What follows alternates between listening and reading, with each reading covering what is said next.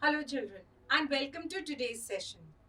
We have learned so many different things about living things. We have learned that plants, animals and human beings all need air, water and food to survive. We have also learned another very interesting common features among all the living things, which is reproduction. What is reproduction? Reproduction is the method in which the parent plant or the parent animal gives rise to a child. Because of reproduction, a species continues to move from one generation to another. अगर एक species reproduce करना बंद कर देगी, that species will cease to exist. वो अर्थ के ऊपर से wipe out हो जाएगी. That is why reproduction is so important. In your junior classes, you've already learned reproduction in plants and reproduction in animals. We are now going to understand in detail reproduction in animals. Now we all know that there are two kinds of reproduction, asexual reproduction and sexual reproduction. Asexual reproduction के अंदर क्या होता है? The parent cell with a nucleus in the center simply divides into two. These two are then called the daughter cells. अब समझने वाली बात ये है कि जब एक ही सेल दो में डिवाइड हुआ है, इसका मतलब that these two daughter cells are the exact copy of the parent cell. इनके अंदर कोई फर्क नहीं होगा. Now coming to sexual reproduction. In sexual reproduction, two different cells combine to form a new cell. The cell that comes from the father or the male parent is known as the sperm, and the cell that comes from a female parent or the mother is known as egg. Because of the combination of sperm and egg, the new baby is formed. इस process को, the combination of the sperm and the egg is known as fertilization. Now this fertilization also takes place in two ways. In case of animals such as fish and frog, in case of frogs and fishes, what happens is that the female releases hundreds of eggs on the surface of water. These eggs float to the surface of water. They are protected by a jelly-like substance so that they are not eaten up by different animals. उसके बाद the male releases sperms on these eggs and they combine to form the new child. Now in this case, when a sperm and egg combine, the cell that is formed is known as a zygote. Let's come to internal fertilization. Internal fertilization takes place inside the body of the female, as in case of tortoise and earthworm. And this leads a very complicated reproductive system, which we are going to understand. Now the development of zygote that takes place whether outside the body or inside the female body, it varies from species to species. In some species, it is going to be in the form of egg, which is oviparous animals. These are the animals that lay eggs. So we know that not only birds but reptiles and insects also lay eggs. In some cases, the mothers take very good care of the eggs till the time they hatch. In other cases, the mothers may just leave the eggs. एक सबसे बेहतरीन example है कोयल का. कोयल अपने eggs जाके crow के nest में ले कर देती है बिकॉज दोनों के एग्स सेम दिखते हैं. The crow mother actually hatches both her eggs and the eggs of कोयल. और जब वो eggs hatch होते हैं तो वो उन little chicks को खाना भी खिलाती है. The second kind of development of zygote is as in case of organisms which give birth to their young ones, the viviparous organisms. We know that mammals are all viviparous animals. They give birth to their young ones, they feed their young ones, and all mammals are covered with a tiny layer of hair on their body. There is also a third category in which the zygote develops into the adult parent. But this is totally different from viviparous or oviparous organisms. Let us take the example of the life cycle of a frog. As we can see that the adult frog lays eggs. Once these eggs are fertilized, they develop into an embryo. Embryo से बनते हैं tadpole. Tadpole slowly and gradually develops a tail and legs, and then it becomes a young frog and the adult frog. Now in case of this example, egg को frog तक पहुंचने के लिए बहुत सारी स्टेजेस से गुजरना पड़ा. This is known as metamorphosis. Metamorphosis का मतलब the changes that take place inside the zygote after it is formed. Let us now understand about reproduction in human beings. We will first understand the reproductive system of the male. So let's understand the male reproductive system with the help of a short video. A male reproductive system has got many distinct parts which have got distinct functions. We are going to learn about all of these in detail. So a male reproductive system includes a pair of testes. This pair of testes is securely contained inside the scrotal sac. Testis के अंदर बनते हैं mail gametes. Mail gametes का नाम होता है sperms, और sperm की प्रोडक्शन के प्रोसेस को बोलते हैं स्पर्मोजेनेसिस. एक बार स्पर्म बन जाते हैं तो उनको एक फ्लूइड के साथ मिक्स कर दिया जाता है. Now this fluid comes from the seminal vesicles. Once this mixture is ready, it is transported through the urethra to the urinary bladder, and they are released from the male external reproductive organ, which is known as the penis. Coming next to the female reproductive organ.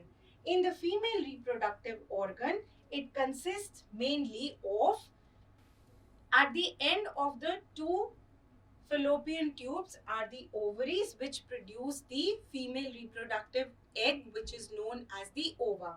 Now this ova remains in the fallopian tubes, and the fusion of the male and female gametes takes place in the fallopian tubes, and the zygote that is formed is planted inside the uterus. In case during the period of 1 month no fertilization takes place, this egg that is produced is given out with a layer of blood, and this process is known as menstruation. It is important to remember that though sperms are produced in millions of numbers, eggs are produced only in a very few number every month. Now, as I just explained, that once the zygote is formed, it is slowly and steadily released into the uterus, and it attaches itself to the wall of the uterus, where it begins to develop inside the womb of the mother. Baby के naval के साथ connected होती है umbilical cord. Now this umbilical cord is connected to the placenta. Placenta is basically a wall-like structure that surrounds the baby. This actually is supplied by rich blood vessels. In blood vessels का काम क्या होता है? Exactly what happens in the circulatory system. So these blood vessels provide the growing baby with oxygen and food, and they take away from the baby carbon dioxide and other waste products. और ये सब mother के circulatory system के through ही होता है. This means that the nutrition that the mother is taking is providing for both of them. So during pregnancy, if a mother is malnourished, that means she is not getting the right amount of nutrients, it can be very, very harmful both for the mother and for the fetus. अब ये जो सारी activities body के अंदर हो रही हैं, these activities begin at a certain age. The reproductive organs become mature at a certain age. This stage is known as puberty. और बॉडी को पता कैसे लगता है that it is the time for puberty? It is because of hormones released by the human endocrine system. Human endocrine system consists of a system of glands that produces these hormones. और कभी directly कभी blood के through ये hormones different organs के अंदर जाके अपनी activity करते हैं. एक बात ध्यान रखें, every hormone has a specific function, every hormone has a specific target organ. अब इनको ऑर्गन तक पहुंचाने के दो तरीके होते हैं. Because of these two ways, there are two different types of glands.